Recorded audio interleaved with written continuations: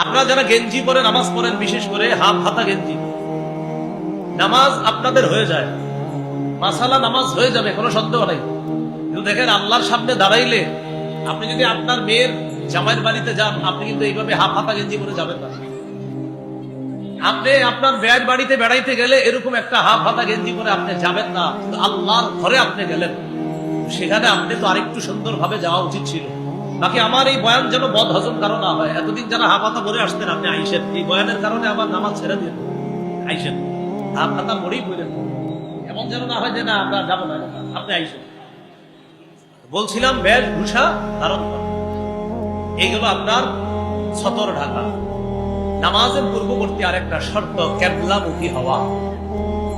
সূরা বাকারার 149 নম্বর আয়াতে আল্লাহ তাআলা বলেন, ফাওয়াল্লি ওয়াজহাকা শাতরাল মাসজিদিল হারাম।